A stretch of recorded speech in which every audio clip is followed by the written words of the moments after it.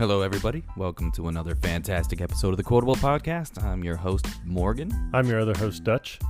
I thought your name was Bear now. No. All right, we can't commit to that. That's only in private. Today we're talking about Rush Hour. Yes, nostalgia at its finest. I was the ripe age of 18. I was the ripe age of 18. All right, so... Well, maybe 19. It's going to be a bumpy ride. Let's see how much we remember.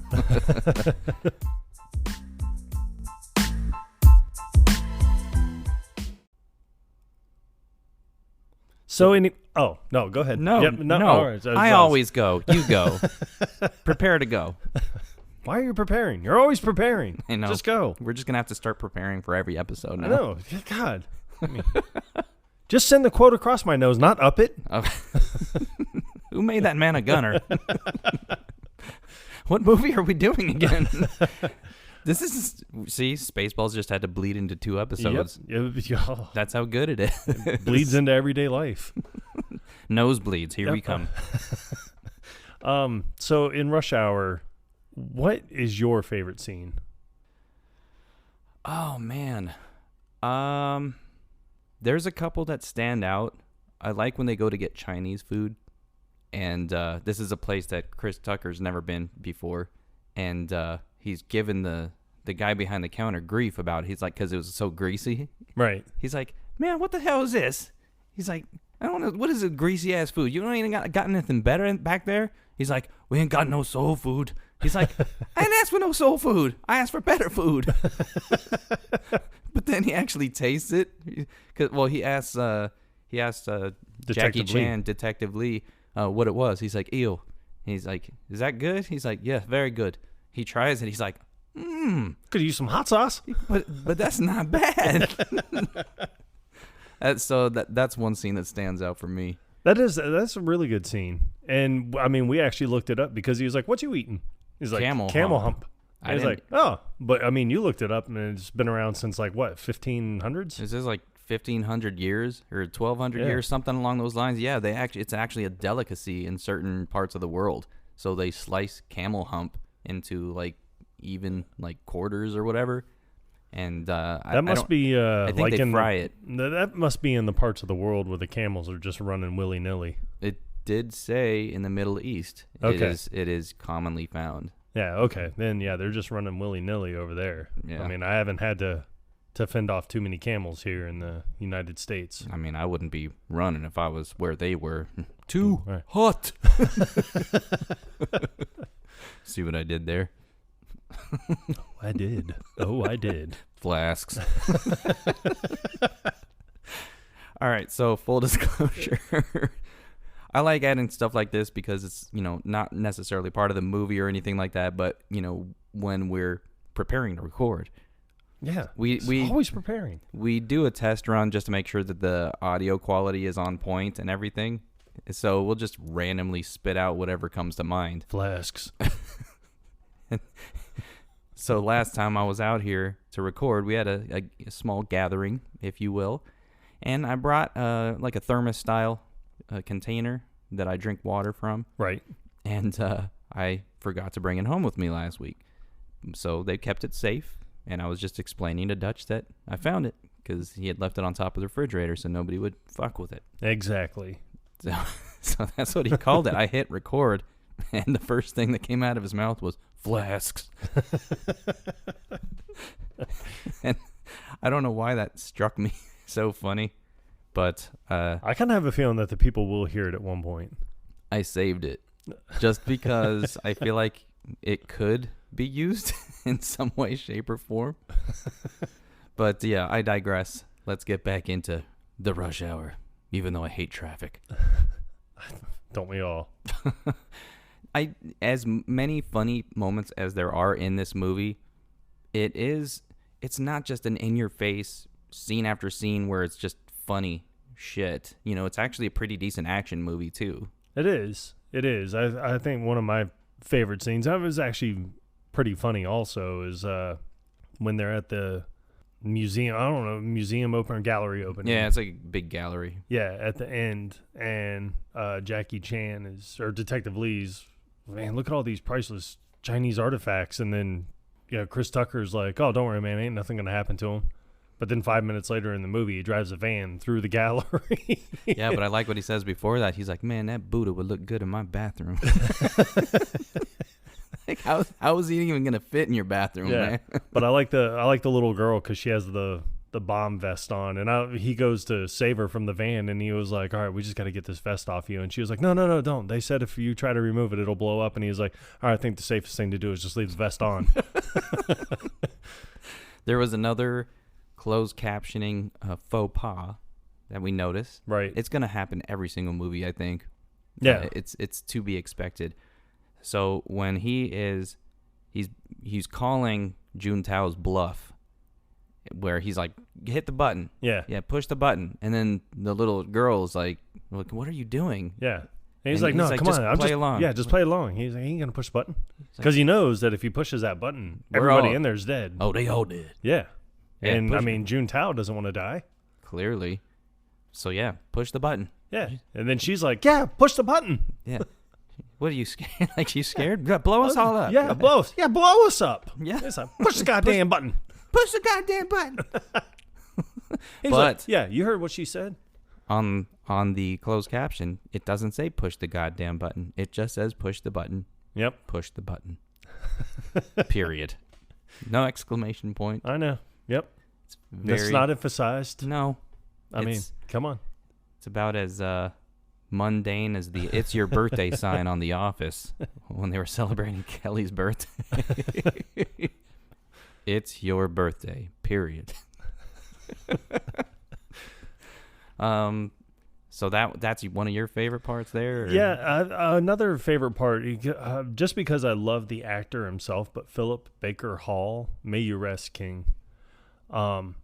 He plays the captain.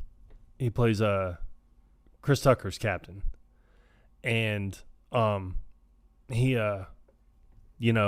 gets the phone call that they need someone from LAPD to come and help out to babysit this guy that's coming from Hong Kong. They don't want him in the way of the FBI or anything like that. And he's on the phone, and he's just like, yeah. And he's like, no, even if I did have someone to spare, who would want such a bullshit assignment? He was like, nobody would get on board with this. And then he sees Carter, Chris Tucker's character, coming, and he was like, I'm sending someone right over. But he hangs up, and he was like, he comes in, and he was like, hey, Captain. He was like, what's going on? And he was like, I can't believe you disobeyed a direct order. He was like, 2 cops got shot. 1 cop lost a pinky. And then he's just like, man, but anybody die? He was like, you destroyed half a city block. That block was already messed up anyway. You lost a lot of evidence. We still got some left. But his just pan face, dead expression. And then right after, he's like, oh. He's like, but what you did was heroic. He was like, it was the best thing I've ever seen. He was like, sometimes we just need to remind the public that you can just blow shit up.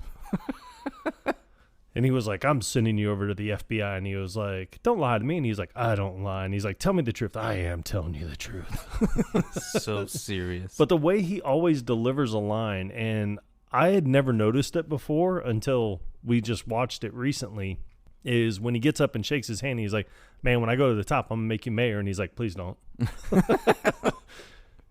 Yeah, and and it's funny because we just did Bruce Almighty. And I was like, where the hell do I know this guy from? Yeah. And that's it. Yeah. But he was such a phenomenal actor. Anything that he's ever done, I've enjoyed because of the fact that he can deliver a line with a straight face, not really break character. And later on in the movie, when Carter finds out that this is just a bullshit babysitting assignment, he calls his captain. He's like, Captain, this ain't funny. And he was just like he forces a laugh. I think it's just because he's in character and it's like impossible for him to laugh. You could tell that it wasn't really not it wasn't comfortable for him, but you get the vibe that it's not something that he does on a regular basis. Yeah. Or maybe not behind camera. I don't know how he was, in real life, but that was like the only time that you ever see him laughing or anything. Yeah. And then right after, but he goes right back into serious mode because he was like, man, I'm gonna drop this boy off at Panda Express. He's like, you dropped this assignment. Yeah. He's like, you're suspended 2 months, no pay. But then you got Elizabeth Pena. Yes, may you rest, Queen. God, so many people. I know. We've lost so many. Chris Penn is another guy in this movie. May you rest. He's ass. Yep. I'm sure the guy that had the cig of weed is probably gone too. Oh yeah. Man, this is a cigarette. This is a cig of weed. You got a prescription for this? I do. I thought that's when he said it. Yeah. But it wasn't, because when we just watched it again, he's like, you got a prescription for that. He stumbles over something, and then Chris is just mocking him. Yeah, I got it. Where's it at? Yeah. Where's it at? And then he just sits there and he's like, you better have glaucoma. I do. I do. The way he says it is so good. I like that he goes to grab the joint back from him, but Chris Tucker just puts it in his jacket pocket and walks away. But like when he first takes it out of his hand and he like puts it up to his mouth, he's like, what is this? He's like, it looks like a cigarette. It's like a weed. That doesn't make it any less weed. I know. I do like the later on also when he goes to the jail to visit Chris Penn's character. Yeah. And he was like, I can't remember the guy's name, the guard on duty, like Rodney or something. And he was like, Rodney, you gotta let me in, man. I gotta see Clive Codd. He's like, oh no, man, it's after hours. Everyone's in bed. And he was like, man, he goes, man, I'm gonna lose my job. He's like, I got you this job. He's like, remember that time I didn't bust you for buying weed? And he was like, man, I was buying it for both of us. Yeah, but I gave you the bigger half. Yeah. Yeah, that is a pretty good moment where, you know, he comes in there. He's got the detonator with him. Yeah. And he's trying to get Chris Penn's character to touch it. Yeah. He's like, come on, just touch it. Just touch it. He's like, I ain't touching that. Yeah, He's like, I don't even know what it is. I'm not going to touch it. He's like, you ain't sell nothing like that?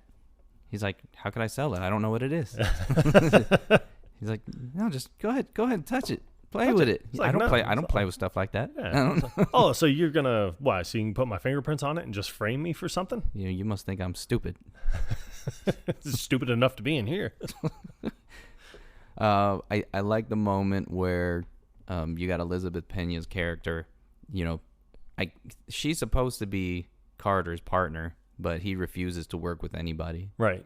You always have that person, especially in cop movies. It's very common in any cops or detective movies. Like, no, everybody wants to work alone for some reason. I do all my best work alone. Speaking of which, cop movies. I recently saw a meme with Danny Glover where it's like, what makes you really feel old is the fact that when Danny Glover said, I'm too old for this shit, he was only 41. I know. And it really puts everything into perspective. Both of us are past that point. Fuck me, man.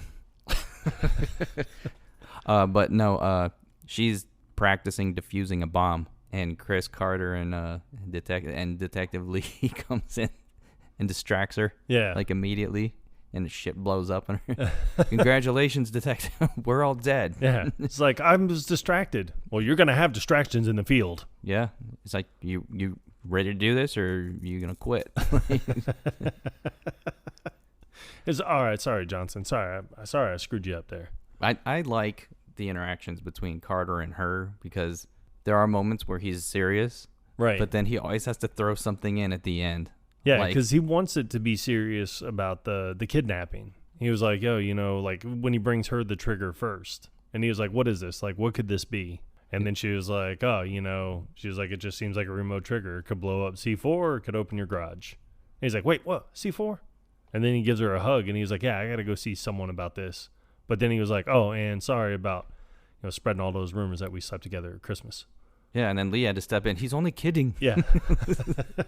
He was making a joke. But when he calls her while he's in the car, and he's asking what she could do to help find, this girl, Yeah. And he's, I don't need you to try. I need you to do this. Can you do this for me? And she's like, okay, yeah, I can do it. And he's like, oh, one more thing. What color panties you got? Yeah. Any single moment, even the first time that you see her in the movie, when she's wearing that bright red blouse, yes, under her suit jacket, right, or whatever, he's trying to flirt with her. He's like, I don't remember exactly what he says. Yeah, neither do I. But this is the first time where you see like Yeah, he kind of wants something to happen, but you can tell from her that there's no way. There's no way. Because he goes into the police office and the mosquitoes just started going crazy. So she was like, there's no way. Stupid. Worth it. I like when he has to go pick up Lee from the airport. And Lee won't speak a word to him at all. He's just, let me see how long I can play this off, because he wants to see how full of shit Carter was. Yeah. And he does make reference to it later when he tells him, he was like, man, you told me you couldn't speak English. And he was like, I never said I couldn't speak English. You assumed. You assumed I couldn't speak English. He was like, but I let people talk who like to talk. He's like, then I find out how full of shit you really are. Man, what did you just say? He's like, man, you tell me, full of shit. You full of shit. And he's like, we both full of shit. You full of shit. No. Beach Boy. Great American music. Yes. Like, don't you ever touch black man's radio. Yes. And how many people still use that line to this day? I know. It is very popular. And it's not even just a black man's radio. I mean, it's any man's radio. Yes. Just be like, man, you don't touch my radio. You don't touch a white man's radio. It's a man's radio is it's a precious thing. Yep, a man's radio is his sovereign ground. It's sacred. It's a line in the sand. Cross it. You do not. There are. Oh, and by the way, I mean, black man, that's not really the preferred nomenclature anymore. I don't know what it is. It's not even man or woman anymore, apparently. There's more than one gender. Person of color. But, I mean, what the hell was that? You got ghosts in there? Probably. Oh, God. So if anyone picked that up on the microphone. I told you we need to stop recording here. There was a loud shriek, and we are not as sure where it came from. There are going to be phantoms. Yep. In this episode, apparently.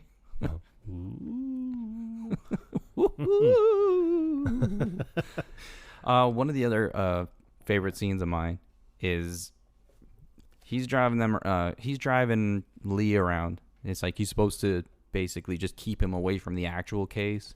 And he stops to go get food at that little corner store. And he handcuffs Lee to the steering wheel. And he's like, oh, you're not the only one with fast hands. He's like, what? But the look on his face when he does that is like he's so proud of himself. In that moment. Like how he goes in and he comes back. And I mean, it doesn't seem like he would actually be in that convenience store that long. But he comes back and he's just like, oh, I got you a beef and bean burrito. And he just looks up and his steering wheel's gone. But you do see exactly how fast Jackie Chan is, because after that, he gets the cab to the consulate to meet with the secretary he was guarding in China. And he takes that guy's gun apart with one hand. One hand. That's very impressive. Yeah. I didn't even know it was possible. But when he's coming out of that store and he says, hey, I got you a beef and bean burrito, he's got one burrito in his hand and he's eating it. Yes. And he's got like 2 drinks in his other hand. Yep. So it's like, where's the burrito for Lee? Yeah. But this is not the only time that he's lost Lee. He right. lost him like right after he takes him to like Chinatown or whatever. Yeah. He's like, man, you're staying here with John Wayne. You might want to run into one of your cousins. He's like, I've never been to China, but I'm guessing this is probably what it looks like, right? But Lee's still not talking to him at this point. I do like when he gets to the consulate, I just think it's funny when Lee finally gets in the room and he's talking to the consulate and he's like, oh yeah, and the guys knock on the door, but then the one guy, I think his name was Milton or Mitch or something. The dude with the stash? Yeah, and he was like, it's okay. It's him. It's the guy from China. The guy from China. It's the guy from China. There's that phantom again. Yep. I think you need to say something to that phantom. Keep it down. We're trying to record. Jesus. So the but he yeah, was like, the it's way the guy from China. The way that he gets in is completely unnecessary. I it feel is. like it could have been avoided if he would have just announced himself as, hey, I'm Detective Lee. I need to come in and speak to Consul Han. Yeah. And I mean, it just goes to show that with every single episode that we do, there's always something that could have been cleared up if somebody was just a little bit better at communicating. Yes, there's always a miscommunication. Yes. That would make these movies a lot shorter. Exactly. It'd be like, hey, I'm here to help out. Oh, okay. Bam, 30 minutes, taken off the movie. Easy. Spaceballs. Oh, you really don't have to marry this prince. Yeah. Okay. End credits. Yep. She wouldn't have had to take off. She would have never been kidnapped by Dark Helmet. Nope. No, not even a little. Common theme. Yeah. So, Morgan and Dutch, shortening movies since 2022. You better believe it. We are here for you people. Except for, wait, what do you mean you people? Huh? The only movie we didn't shorten was Office Space. Yeah. Because I think that episode was still 2 hours long. I hope you like 6-Day Podcast, motherfucker. We're in it to commit it. Yep. So those of you listening since day one, God bless you. Yeah. Oh, speaking of God bless you, the end credits. That's one thing about Jackie Chan. He's always got amazing bloopers at the end of his movies. He does. And one of them is when they go see Carter's cousin in the back of that pool hall. Yeah. And in one of the outtakes, he sneezes. Just What's wrong with you, man? And then they both lose their shit. Get your goddamn hands off my suit. Your mom gave me this suit. It's my favorite suit. How come you weren't at church on Sunday? It's like, man, I got some things to take care of. But I made the night service. Yeah, whatever. And next time I come in here, y'all better clean this shit up and brush your teeth. What was the other scene where they did you and I were talking about the end when they're in the gallery. Detective Lee doesn't want anything to happen to these. It's like priceless Chinese antiques. Yeah, they're like 5,000 years old or whatever. Yeah. But so he's trying to save them all from falling over. But they have that one vase, and the way they shot this scene was amazing. I mean, they did an incredible job with it, but I really want to know how many vases they have. I mean, because he's able to save this one vase and gets it standing back up. I mean, the thing's got to be 8 feet tall, 9 feet. Finally gets it standing back up, picks up the bomb, and just takes off, and like you hear a bunch of gunfire, and the vase gets shot. After all that effort. Yeah. So you know that they didn't nail it in one take. There's no way. So I want to know that how many vases they actually went through to film to get that one scene right. That's right, Jimson. 5 vases. Thanks, boss. Well, what should I do, boss? Get another vase. Yeah.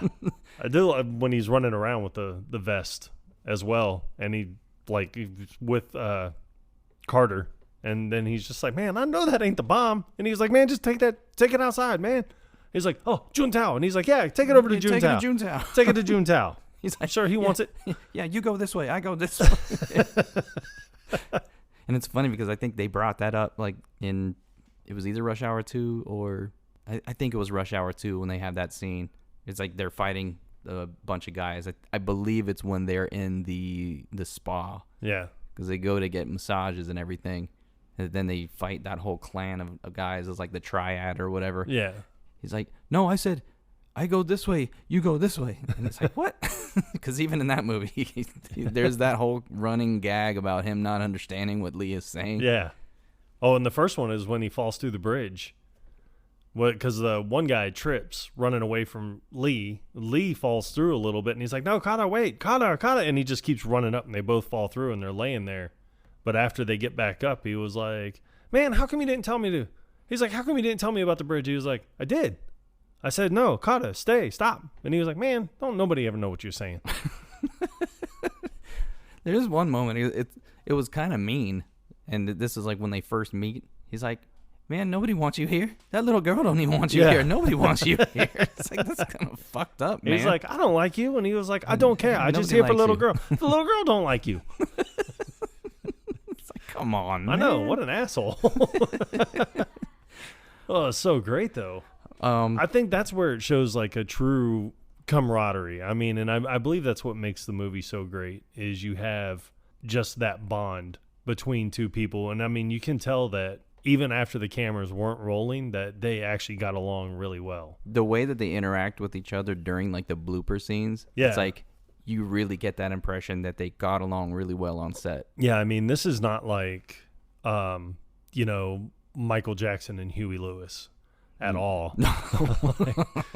God, that was horrible. It was, but it's so funny. It is funny. Check out Morgan's stories on Instagram. It's the best thing you'll ever watch. I'll have to find it. I'll post it to the quotable IG page. I'll do it. I'll send it to myself. It has to go through some channels first. Yeah, no, I'll share. Oh, this is gonna be a production, people. Yes, we're gonna recreate this.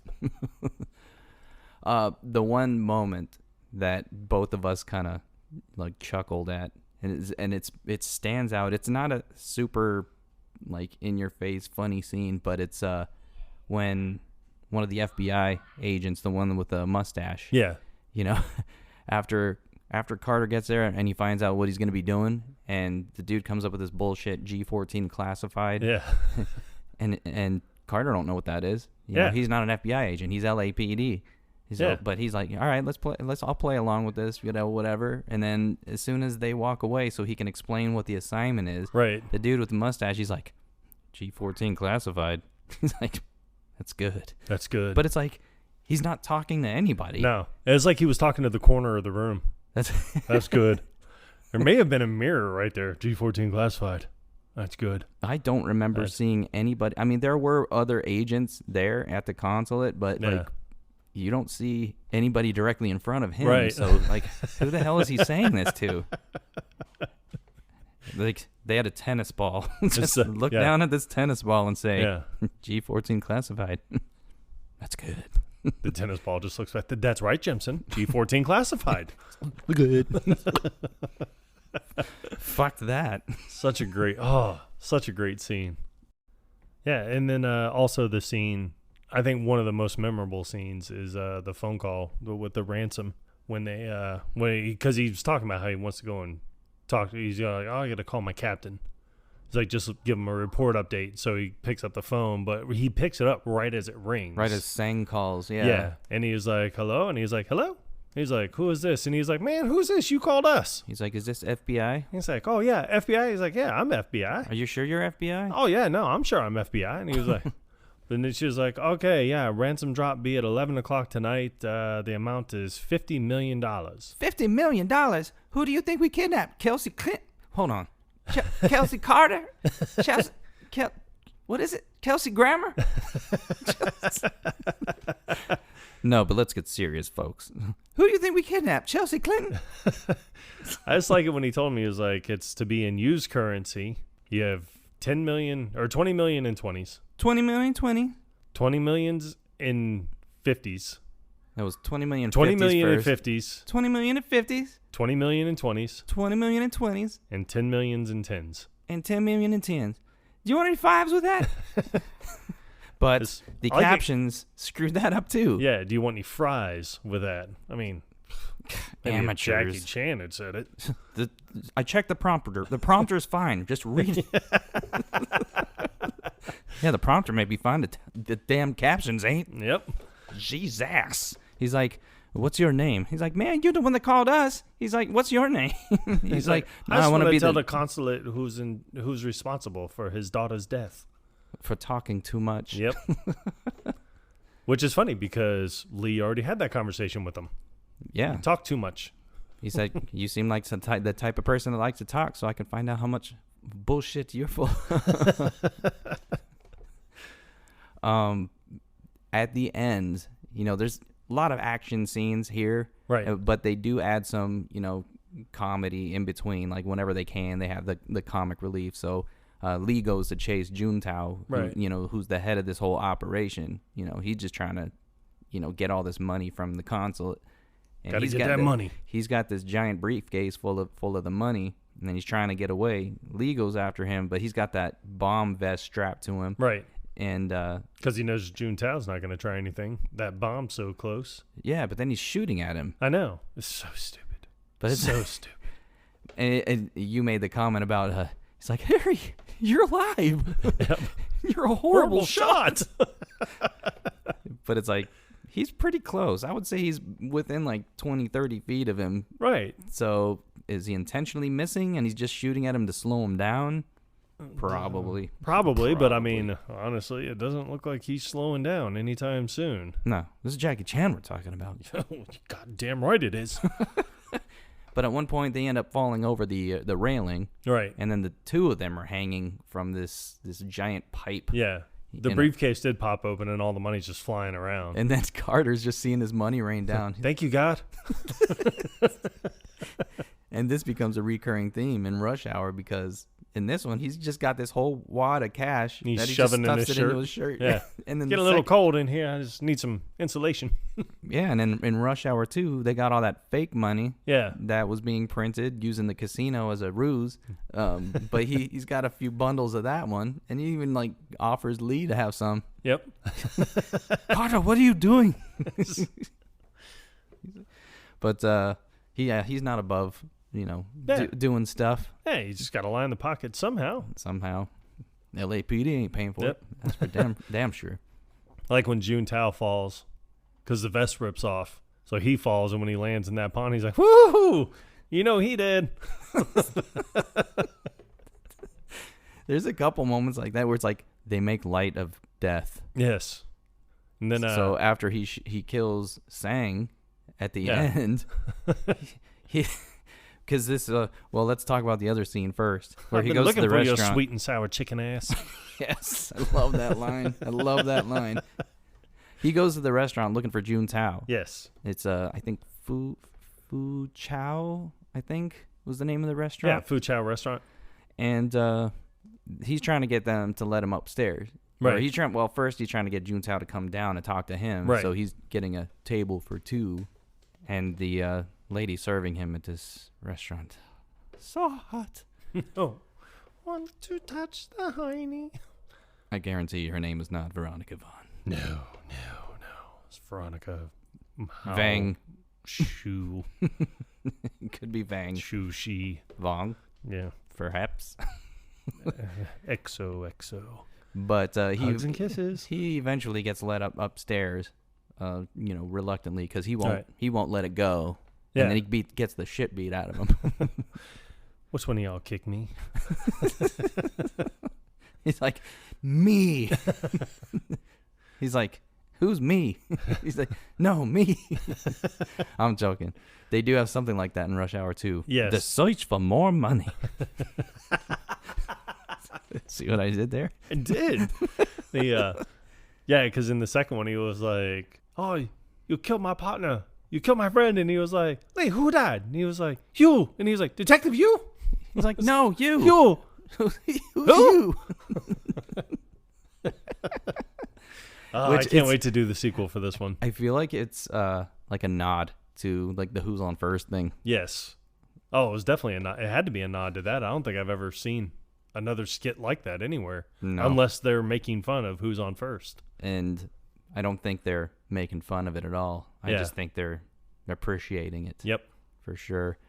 But when Carter gets the shit beat out of him, he's just laying on the floor with his face all bloodied up and everything, and then Sang throws the handkerchief on him. He's like, wipe yourself off. You're bleeding. So when Carter kills him at the end of the movie, spoiler alert, he's like, wipe yourself off. You're dead. But it's like, how is that such a funny moment when somebody just died? I know. Granted, he's a bad dude, but it's still, you're laughing at. It's funny because he bad. Oh my God, he is. And his eye got all fucked up from that little girl. Yeah. Gosh, he was 10 and or 11. Yeah. Who knows? There's no telling. There's our continuity error. Yep. We never saw the birthday party. We never did. No. Carter says she's 10, I think.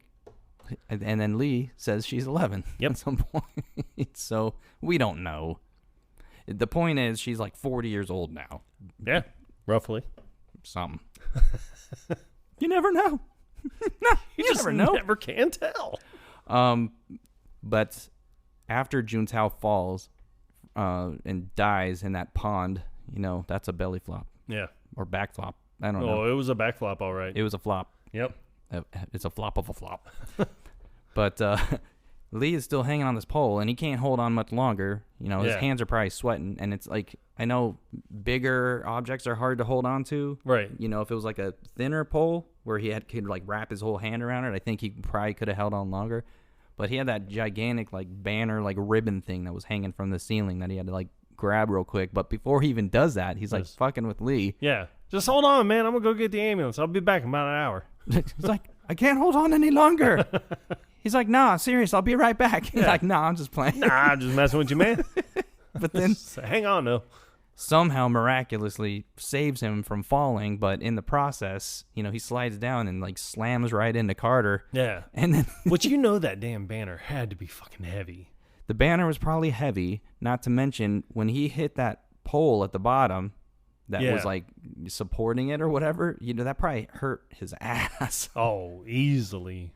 But he lands on top of them, and he's like, my God, he's so grateful. He like kisses Carter on the face. He's like, man, what the hell are you doing? He's like, I was just being polite. He's like, well, next time be polite on my nuts. I do like the ending scene, though, because he's hitting on the... Carter gets his vacation, and Hung is sending him to China, and he's trying to hit on the I don't want to say the flight attendant. No, it's the ticket lady. Oh, before they're on the plane, yes. Yeah, and he was like, oh, yeah, no, come on, baby. Like, you fly for free. Why don't you just meet me out there in China? Come on. It's like, let's see the world or whatever. Yeah, and then that's when the two FBI agents come up, and he's like, man, what y'all doing here, man? I'm on vacation. You need to leave me alone. And he was like, well, I just want to say what a great job you did yesterday. I was like, why are they meeting him at the airport to tell him that? They could have told him that long before. Yeah, or they could have just waited till he got back and said, hey, kid, you want to be FBI? Something. Yeah. I mean, God, you can't imagine that he's going to be in China forever. So you have to go to the airport. You got to get through security. I don't care, FBI or not, you probably still have to go through security. You better believe it. But, when you get back from China, we have a FBI badge waiting for you. He's like, oh, really, man? That's like a dream come true. Man, I've been waiting for this. He's like, but you know what? He's like, I'll tell y'all something. You can take that FBI badge and shove it up your ass. All up in your ass. Like right up in the ass. Right up in that ass. I'm LAPD. And then turns around and walks away. Bitch. Love his parting word. Like, yeah, really got him with that zinger. I don't think he even heard you. Shooter. Yeah, but then he gets on the plane, and he's super excited, you know, to get on this trip. He's like, 2 weeks without doing any police work whatsoever. Yeah. He's like, man, how long is this flight? 15 hours. Man, what the hell are we going to do for 15 hours? I was like, I don't know. He puts on the headphones and, whoa, good God. Oh, hell no, stewardess. Stewardess. I had change seats. I do like the first scene where Lee starts singing that song outside the car. Right. And Carter's just like, what the hell are you doing, man? He's like, it's not you all, it's y'all. He's like, y'all. Y'all? No, y'all. It's y'all. Y'all. Y'all. Like, no, say it from. You're saying it all wrong. Say it from here. You put some soul in it, y'all. That sounds like some karate shit. It's y'all. But then he does that little dig, you know, because the flight attendant comes around, you know, see if he wants anything, and he's like shishini, whatever, and then he says something else afterwards, and he's like, what? You didn't tell me you spoke Chinese? Which is funny because Chinese is not a language. Mandarin. It's right. Mandarin is the. It's the preferred nomenclature. Correct. But he's like, no, you assumed I didn't speak Chinese. Like, fuck you, man. Well, it's funny because at the very beginning, I had never noticed it until we were watching it this morning. Was when he sits there and he was like, man, just my luck. I get stuck with Mr. Rice-A-Roni, and he don't even speak American. Which American is not a language either. Right. It's a nationality. Goddamn right it is. I mean, you would speak English, not the King's English, just regular English. Of course. Touché. No touching of the hair or face. Of course. But yeah, so those are Our favorite moments from Rush Hour, and that goddamn Phantom is back. Yep, you better believe it. I guess we're going to have to put this baby to bed so you could put that Phantom to bed. It's a little too early for that. But we can start drinking heavily. Not yet. But I know this is a shorter episode, but I think this was a good one. Yeah. I hope you guys enjoyed it too. And I don't know. Got any closing thoughts? Quotable podcast out. Other than that, no. That's a good closing thought. Yeah. Late. This is the best ending ever. No, I'm keeping this thing going. No, I'm fucking with everybody. Okay. We'll see you next time. Don't start none. Won't be none. Yes! Yes!